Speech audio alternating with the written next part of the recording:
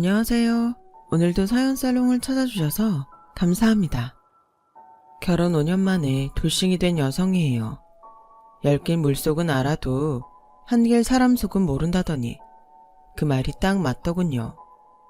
5년이나 살부비며 살았는데 남편의 검은 속을 이제야 알았네요. 제가 둔했던 건지 남편이 영악했던 건지 모르겠지만 지금이라도 그 속을 알 수 있어서 그나마 다행이다 싶어요. 기본적으로 누구나 살면서 이혼 생각 한 번쯤은 하고 살잖아요. 하지만 그럴 때마다 자식들이 눈에 밟히고 생계도 막막하고 주위 눈치가 보여서 생각만 할 뿐 선뜻 행동으로 이어지지는 못하죠. 저도 그랬어요. 만약 그날 그 사건이 있지 않았다면 저도 갈등 끝에 다시 주저앉았을지도 모르겠네요. 그럼 지금부터 똥밭에서 구르다가 뒤늦게 꽃길을 걷게 된 저의 실패한 결혼 이야기를 해볼게요. 초년우는 부모의 능력에 좌우된다고 하던데 제 경우도 그랬어요. 저희 아빠는 꽤 규모 있는 무역회사를 운영하고 계셔서 저는 태어나면서부터 돈 걱정은 안 하고 살았거든요. 하지만 인생에 뻥 뚫린 고속도로만 놓인 건 아니잖아요. 구불구불한 돌길에 때로는 진흙탕 길도 있기 마련이니까요. 평생 돈 걱정 안 하고 살 것 같던 저희 친정도 한때 위기를 맞아 휘청했더랬어요.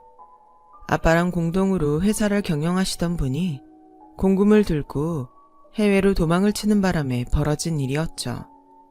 그 일로 저희 아빠는 환갑이 넘은 나이에 청춘을 바친 회사도 잃고 40년 지기 친구도 잃게 되셨어요.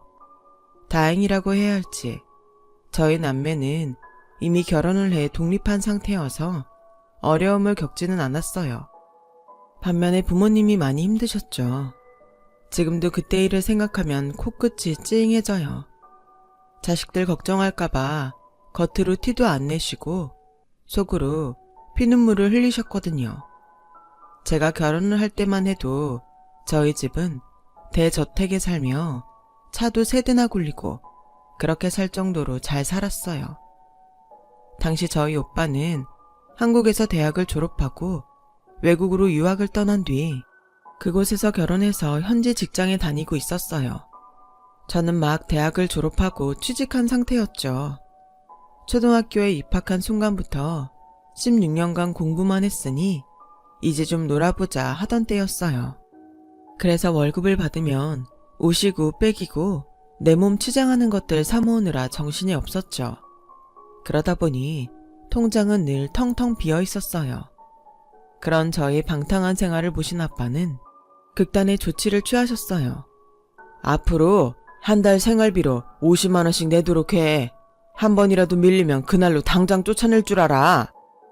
아빠, 있는 사람이 더 무섭다더니 어떻게 딸한테까지 돈을 받을 생각을 할 수가 있어?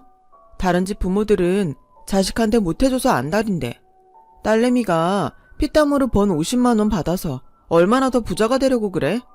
좋아, 이참에 나 독립할 거야.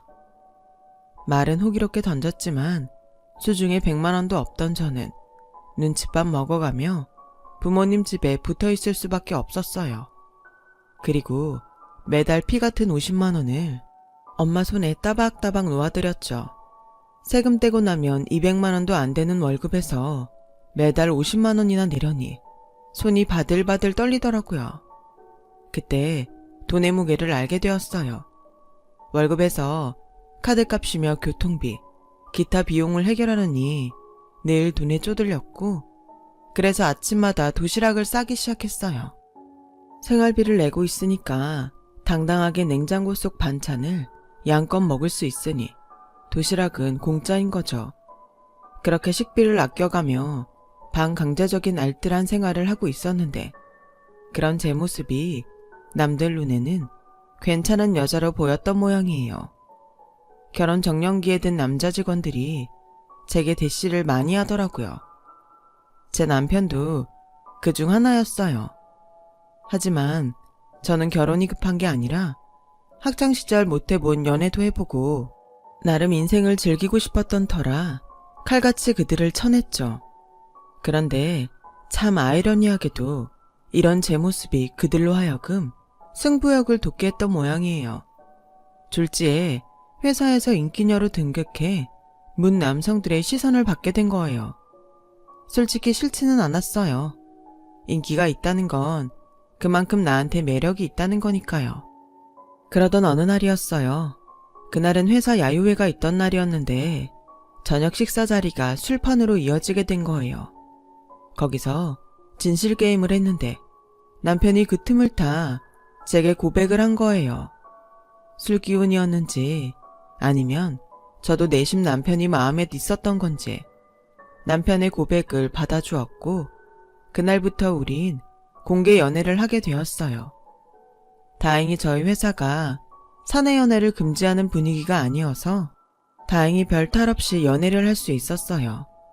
남편은 중산층 가정에서 태어나 여느 대학생들처럼 아르바이트를 하며 자기 힘으로 학비를 벌었다더라고요. 그래서 그런가 경제관념이 철저했어요. 은행 이율이며 재테크에도 빠삭했죠.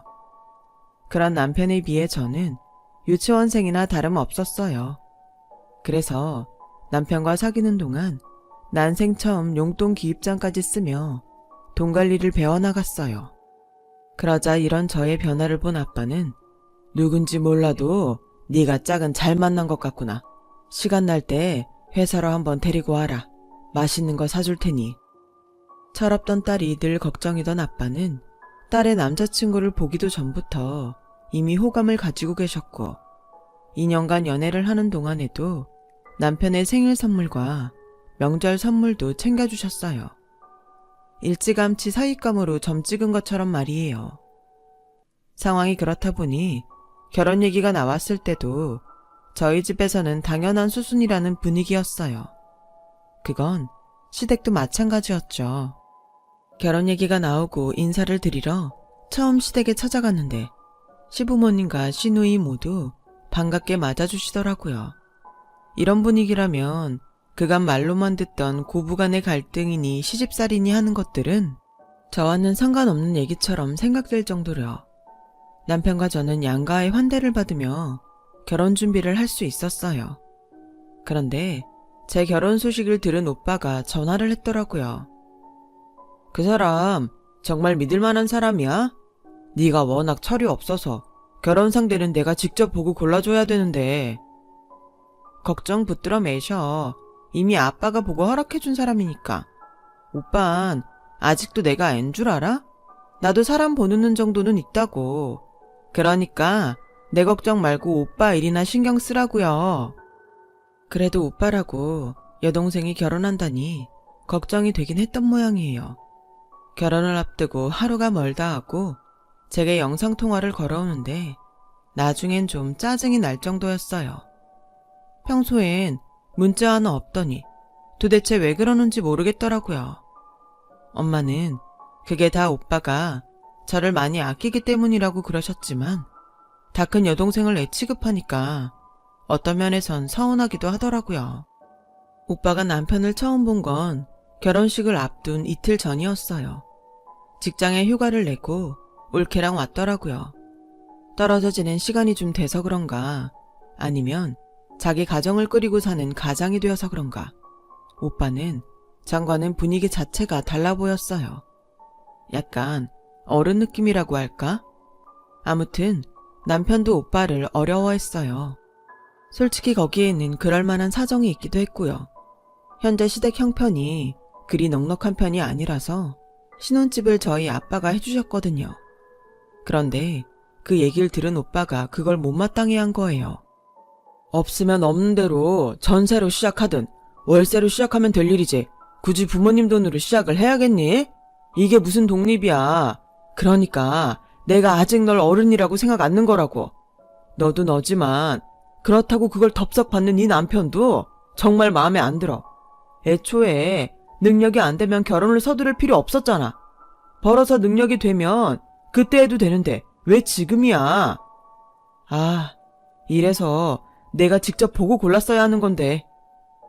오빠 말이 다 맞는 말이긴 했지만 당시에 이런 오빠의 태도가 고깝게만 느껴졌어요. 마치 저희 부부를 벽장에 숨겨놓은 곶감 빼먹듯 아빠 재산에 손대는 사람 취급하는 것처럼 들렸으니까요. 그래서 저도 감정부터 앞세웠죠. 왜? 나중에 오빠가 받을 유산 줄어들까봐 아까워서 그래? 그럼 지금이라도 오빠도 아빠한테 집 사달라고 그래. 그러면 공평하잖아. 오빠는 하나밖에 없는 동생이 지질이 궁상으로 월세방 전전하며 살아야 직성이 풀리겠어? 오빠가 사는 곳이야 월세살이가 보편적이지만 한국에선 신혼집을 월세로 시작했다고 하면 다들 무시한다고. 한국에서 20년 넘게 살았으면서 그걸 몰라? 오빠, 계속 그딴 소리 할 거면 차라리 내 결혼식에 오지 마. 오빠가 뭔데 내 남편 귀를 죽여. 나한테 그러는 건 참을 수 있지만 내 남편한테 그러는 건 못 참아. 결국 그날 남매 간의 싸움에 제 남편과 올케만 중간에서 눈치를 보게 됐어요. 결혼 전에 즐겁게 밥 한 끼 먹자고 모인 자리였지만 결국 네 사람 모두 소화제를 먹을 정도로 꽉 채워버렸죠. 아무튼 약간의 소동이 있긴 했지만 무사히 결혼식도 치렀고 단꿈 같은 신혼여행도 다녀온 우리 부부는 본격적으로 신혼생활을 시작했어요. 결혼을 하면서 직장을 그만둔 저는 요리학원이며 소싱 클래스 수업을 들으며 본격적으로 본업 주부의 삶을 시작했어요. 남편도 결혼하고 얼마 안 돼 회사에서 승진을 했고 시댁에선 이게 다 복덩이 며느리를 들인 덕분이라며 좋아했어요. 남편도 저희 친정 부모님께 아들처럼 살갑게 굴었고 덕분에 저희 부모님은 아들의 빈자리를 덜 아쉬워하셨죠. 그때까지만 해도 지금의 행복이 영원할 줄만 알았어요. 그런데 결혼하고 불과 1년 남짓 지난 어느 날 저희 친정이 폭삭 주저앉고 만 거예요. 앞에서 말씀드린 동업자의 횡령 사건이었죠. 그 일로 회사가 휘청하자 아빠는 가지고 있던 땅이며 주식, 심지어 살고 있던 집까지 팔아 직원들 월급과 퇴직금을 챙기셨어요. 당신을 믿고 지금껏 따라준 사람들을 모른 척 할 수 없다는 게 이유였죠. 정작 당신은 집 한 칸 없이 말년에 월세살이를 하면서 말이죠. 사실 그 당시엔 저희 친정 형편이 그렇게 어려운 줄 몰랐어요. 저희 부모님은 혹여 자식들이 걱정할까봐 내색하지 않고 지내셨거든요. 아빠가 무슨 일을 하는지도 그땐 몰랐어요. 그저 예전에 알고 지내던 지인 덕분에 취직을 했다는 것만 알고 있었을 뿐이었죠. 그동안 대저택에서 살던 부모님이 방 2칸짜리 빌라로 이사를 하게 되자 짐을 다 가져갈 수 없어서 제 물건은 저희 집으로 가져왔어요. 그랬더니 이미 신혼살림으로 가득 채워진 집에 방 하나 분량의 짐이 들어오자 집이 답답하게 변했어요. 그러자 남편이 짜증을 내더라고요. 그냥 버리든가 남 주면 안 돼? 집이 이게 뭐야. 발 디딜 틈도 하나 없잖아. 정 안 되겠으면 아버님께 말씀드려서 컨테이너라도 하나 빌려 쓰시라고 그래. 그게 얼마나 한다고 우리 집에 짐을 싸. 부자가 망해도 3년은 간다는데 설마 그 정도 할 여유도 없는 건 아니지? 저같은 일이라면 자다가도 벌떡 일어나던 사람이 장인 사업 망했다는 얘기를 듣고부터는 남의 집 얘기하듯 하기 시작했어요. 그게 서운해서 싸우기도 많이 싸웠죠. 그러다 하루는 엄마 생신을 맞아 남편과 함께 친정에 갔는데 엄마가 한우 스테이크를 준비하셨더라고요. 밖에서 맛있는 걸 사드리려고 했는데 한사코 거절을 하시며 그냥 집에서 먹자고 하시더니 한우를 준비하셨던 거예요.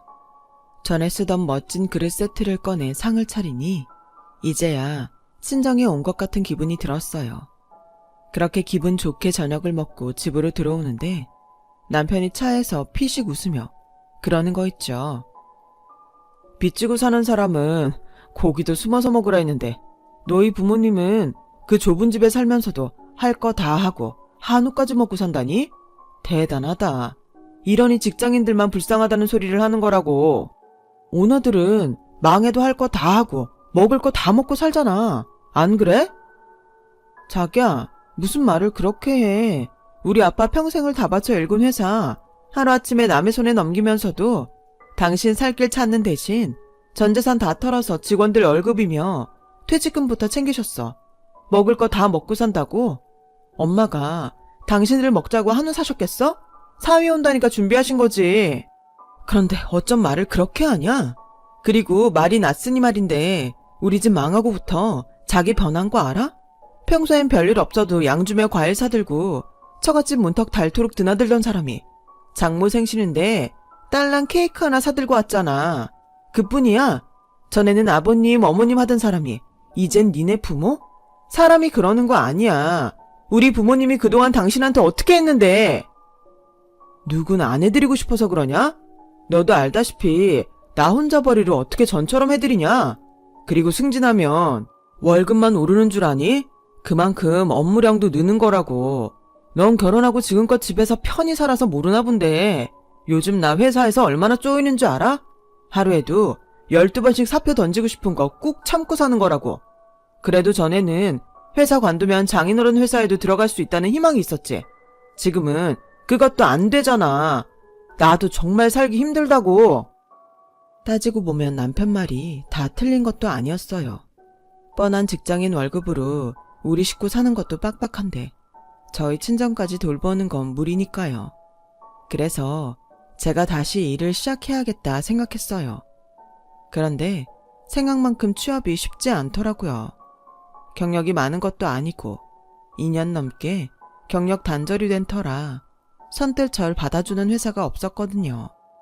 그래서 하루는 오빠한테 전화해 하소연을 했더니 화를 내지 뭐해요. 야, 애기집애야. 네가 몸 편하고 돈 많이 주는 직장만 고르니까 없지. 왜 취직 자리가 없어? 정 안 되면 편의점 파트타임이라도 네가 나가서 돈 벌면 되잖아. 배부른 소리 할 거면 끊어. 오빠라고 하나 있는 게 동생 걱정은 못 해줄 망정 성질만 내더라고요. 솔직히 그때는 내가 어떻게 그런 일을 해? 라는 생각이 가슴에 박혀 있었던 것 같아요. 오빠 말대로 남들 보기 그럴듯한 직장만 찾아 헤맨 거죠. 오빠한테 전곡을 찔리니까 아프기도 했지만 정신도 확 들더라고요. 그래서 정규직, 비정규직 할 거 없이 다 찔러봤어요. 그랬더니 몇 군데서 면접 보러 오라고 연락이 오더라고요. 그렇게 들어간 회사는 소규모의 광고 대행사였어요. 전에 다니던 직장에 비하면 월급도 적고 복지도 형편없었지만 그래도 저를 받아준 유일한 회사라서 감지덕지하고 다니게 되었죠. 오랜만에 출근을 하려니까 몸도 마음도 많이 지치더라고요. 그래서 집안일도 전보다 소홀해지고 부모님한테 연락도 뜸하게 됐어요. 그렇게 새 직장에 적응을 하느라 한창 바쁜 나날을 보내던 어느 날 엄마가 전화를 했더라고요. 화가 잔뜩 나서는 말까지 더듬으면서 울먹이더라고요. 그런데 얘기를 들어보니 그럴만도 하더라고요. 그동안 아빠가 저한테는 비밀로 하고 오피스텔 경비 일을 하고 계셨는데 하필 거기에 제 남편이 왔더래요. 거래처 사무실이 그 건물에 있었던 거죠. 그런데 그 다음이 문제였어요. 네 아빠한테 발레 파킹을 해달라길래 해줬더니 사람들 앞에서 보란듯이 TV라며 껌을 한 통 주드랜다. 다른 사람도 아니고 어쩜 사위란 놈이 장인한테 그럴 수가 있니? 경비라는 장인이 창피하면 모른 척을 하면 그만이지 꼭 사람들 앞에서 그렇게 망신을 줘야 해. 그랬으면 나중이라도 그땐 사람들 앞이라 죄송했다고 사과라도 하든지. 어떻게 이럴 수가 있니? 엄마 얘기를 듣는데 제가 다 손이 벌벌 떨리더라고요. 그 자리에서 경비 옷을 입은 채 사위를 만난 아빠는 얼마나 창피했겠어요. 자식들에게만큼은 들키고 싶지 않으셨을 텐데 말이죠. 그래서 그날 밤 남편한테 물었어요. 며칠 전에 아빠 만났다며? 왜 나한텐 얘기 안 했어? 야, 내가 진짜 쪽팔려서 말이 다 안 나오더라. 거래처 갔더니 거기 경비로 계시더라고. 회사에선 너네 집 망한 거 모르는데 내가 어떻게 저 사람이 내 장인이다 그럴 수가 있겠냐? 쪽팔리게. 장인어른도 그렇지 하고 많은 일 중에 경비가 뭐냐? 자식들 얼굴에 먹칠할 일이냐고. 말이 났으니 말인데 네가 아버님께 말씀드려서 거기 일 그만두라고 해. 그 건물에 거래처가 있어서 자주 들리게 될 텐데 혹시라도 사람들이 내가 사위인 거 알면 뭐라 그러겠어? 아, 내가 진짜 쪽팔려서 원. 뭐? 쪽팔려? 그래서 우리 아빠한테 팁으로 껌들였니? 너 안 쪽팔리려고? 그럼 우리 아빤 자존심도 없는 줄 알아? 쪽팔리다고? 우리 아빠 등에 업고 호가호위할 땐 그렇게 좋아하더니 이젠 쪽팔리다고? 너 그러는 거 아니야. 사람 일 어떻게 될지 모르는 거라고. 우리 아빠가 언제고 저렇게 쓰러져 있을 것 같아? 돈 들고 도망친 아저씨만 잡으면 우리 집 전처럼 살 수 있다고. 그러자 남편이 깔깔대며 웃더라고요. 차라리 서울에서 김서방을 찾으라 그래라. 작정하고 돈 들고 튄 놈을 어떻게 잡냐? 일찌감치 꿈 깨셔. 사실 저도 알고 있었어요. 그런 일은 없을 거란 걸요. 하지만 점점 본색을 드러내며 친정 부모님을 업신여기는 남편을 보고 그냥 있을 수만은 없어서 해본 소리였죠. 그날 이후 남편과 저는 각방을 쓰기 시작했어요. 위기가 닥쳤을 때 진정한 내 편을 알게 된다고. 친정이 망하자 돌변한 남편을 보니 이 사람은 절대 내 편이 아니란 생각이 들었거든요. 그런데도 선뜻 이혼을 할 수 없었던 건 부모님 때문이었어요. 이런 상황에 친정 망했다고 딸까지 이혼을 하면 더 상처가 되실 것 같았거든요. 그래서 이혼을 하더라도 제가 힘을 키운 뒤 아쉬울 거 없을 때 하자 생각하고 있었어요. 제 힘으로 부모님을 모시고 살 생각으로요. 그렇게 지옥 같은 시간이 이어졌어요. 남편과 저는 룸메이트, 그 이상도 이하도 아닐 정도로 냉랭하게 살게 되었어요. 그렇게까지 된 데는 일련의 사건 때문이었어요. 그날은 아빠 생신이었는데 남편이 저 혼자 다녀오라고 그러잖아요. 야, 먹을 거 없는 집엔 거지도 안 꼬이는 법이야. 결론은 사업 망한 장인한테 더 얻어먹을 게 없으니 안 간다는 얘기였죠. 그래? 그럼 나도 니네 집에 안 가도 되겠네. 지금껏 얻어먹은 것도 없고 앞으로도 얻어먹을 것도 없으니까. 그렇게 우리 부부는 서로의 집에 발을 끊고 살게 되었어요. 종종 시어머니랑 시누이가 집으로 찾아와서 며느리 노릇도 안 하고 살 작정이냐고 한 소리를 하긴 했지만 한 귀로 듣고 한 귀로 흘렸어요. 주는 게 있어야 가는 것도 있다는 말을 하고 싶었지만 꾹 참았죠. 재입사를 한 지 2년쯤 지난 저는 이직을 했어요. 옮긴 회사는 이름이 있는 회사라 월급도 늘고 직원 복지도 좋았어요. 독을 품고 일해서 그런지 회사에서도 업무 능력을 인정받게 되었고 그럴수록 자존감도 높아지더라고요. 이제 얼마 안 남았다 싶었죠. 반면 남편은 점점 회사에서 입지가 좁아진 것 같더라고요. 그동안 잘난 척하 덕분에 사람들 앞에서 허세도 부리곤 했는데 저희 아빠 회사가 망한 게 알려진 후로는 회사 내에서 밀리기 시작했던 모양이었죠. 밤마다 맥주를 사들고 와서는 혼자 식탁에 앉아 한숨을 푹푹 쉬며 혼술을 하더라고요. 그 모습을 보니 불쌍하긴 했지만 그래도 남편이 친정 부모님께 한 짓을 생각하면 위로조차 해주고 싶지 않았어요. 그래서 모른 척 했어요. 그러던 어느 날이었어요. 오빠가 전화를 했더라고요. 아빠 회사 돈을 들고 미국으로 도망쳤던 아저씨를 잡았다고요. 그간 오빠가 탐정을 고용해 뒤를 밟아왔던 모양이었어요. 한인 사회가 큰 것 같아도 한 다리 건너 친구고 이웃이고 하니까요. 하지만 법정 싸움으로 가면 돈을 받을 때까지 몇 년이 걸릴지도 모르고 혹여 그쪽에서 대형 로펌이라도 끼고 달려들면 그나마도 제대로 보상을 못 받을 수도 있다고 해서 현찰로 받고 합의하는 게 좋을 것 같다며 아빠 좀 설득해보라고 하더라고요. 그걸 말이라고 해? 그런 인간은 콩밥을 먹여도 시원찮은데. 내 말은 일단 그렇게 하고 벌을 따로 받게 하면 되니까 오빠 말 들어. 어차피 한국에선 여러 건으로 소송이 걸려있는 상태잖아. 게다가 여기선 불법 체류 중이라 쫓겨나는 건 시간 문제라고. 평생 도망자로 살거나 한국에 들어가 벌을 받거나 둘 중 하나 아니겠어? 우리가 벌 안 줘도 그 사람은 발 뻗고 못 살 사람이야. 그럴 바엔 돈이라도 건지는 게 낫지. 결국은 아빠도 오빠 뜻에 따르기로 해서 얼마 뒤 잃었던 아빠 돈의 일부를 찾을 수 있었어요. 그 일이 있고 몇 달이 지났을까요? 동료들과 점심을 먹고 들어왔는데 남편이 찾아왔더라고요. 죽다 살아난 사람처럼 얼굴에 화색이 돌아선 제 손을 덥석 잡았죠. 자기야, 우리 이제 살았어.